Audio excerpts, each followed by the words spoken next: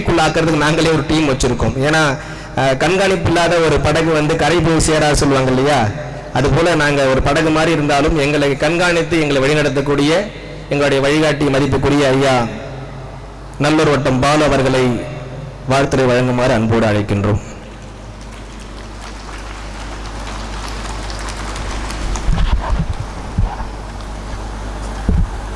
மேடையில் அமர்ந்திருக்கக்கூடிய பெரியவர்களுக்கும் இந்த ஓடி விளையாடு கனவு திட்டம் இன்னைக்கு நனவாகத்துக்கு காரணமாயிருந்த ஓடி விளையாடு அமைப்பை சார்ந்த அத்தனை கோச்சர்கள் பங்களிப்பு அத்தனை பேருக்கும், வந்திருக்கக்கூடிய டீச்சர் பேரண்ட்ஸ் அவங்களுக்கும், முக்கியமாக இந்த ஓடி விளையாடினுடைய நாயகர்கள் 2, 3, 4, 5 வகுப்பு மாணவர்கள், மாணவ செல்வங்கள், உங்கள் அனைவருக்கும் எனது வணக்கம். வணக்கம்.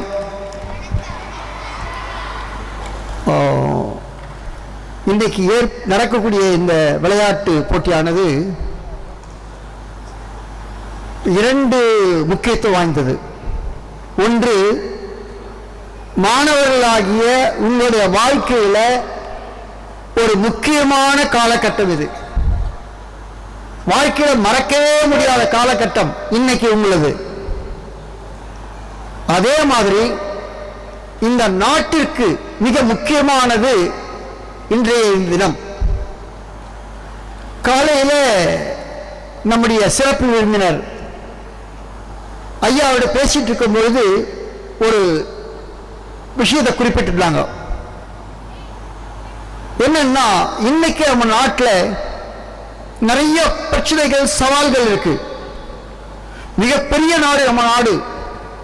146 கோடி ஜனங்கள், தமிழ்நாட்டில் 8 கோடி பேர். அப்படிப்பட்ட நாட்டில் பிரச்சனைகளும் நிறைய. குறிப்பாக இளைஞருடைய சக்தி பயன்படுத்தப்படவில்லை.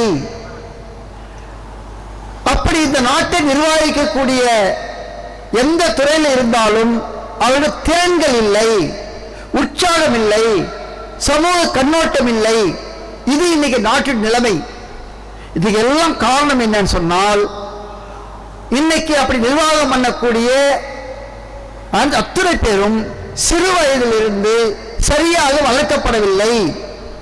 அதனால இன்னைக்கு வளர்ந்து விட்ட நாட்டில் இன்னைக்கு எஃபிஷியன்சி, திறமை கம்மியா இருக்கு, நிர்வாகம் போதல, நாட்டில் நிறைய பிரச்சனை தீர்க்க வேண்டியிருக்கு, அதெல்லாம் முடியாம இருக்கு.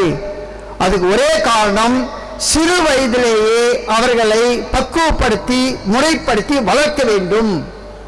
அதுல முக்கியமான இடம் பெறுவது, இப்பெல்லாம் போயிட்டு நிர்வாகத்திலாம் கற்றுக் கொடுக்க முடியாது.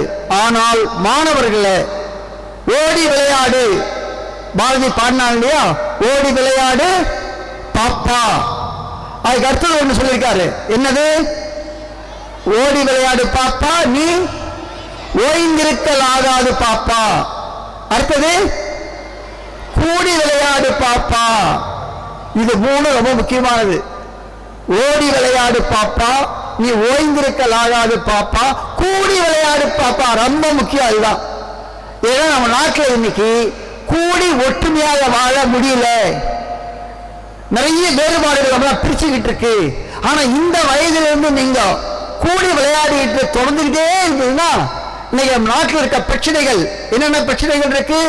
ஜாதி பிரச்சனை, மத பிரச்சனை, ஏழை பணக்காரர், படிக்காதவர், கிராமத்து ஆள், நகர்த்தாள், இப்படி பிரிஞ்சு பிரிஞ்சு ஒட்டணும்.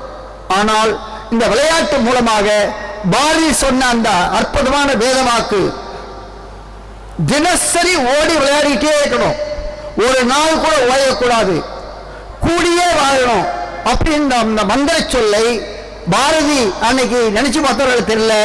இன்னைக்கு ஓடி விளையாடு அதை நடைமுறைப்படுத்திட்டு இருக்கு.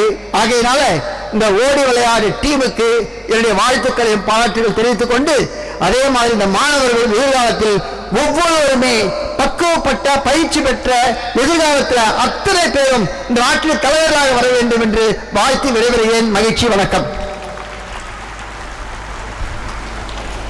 மிகுந்த மகிழ்ச்சிங்க ஐயா.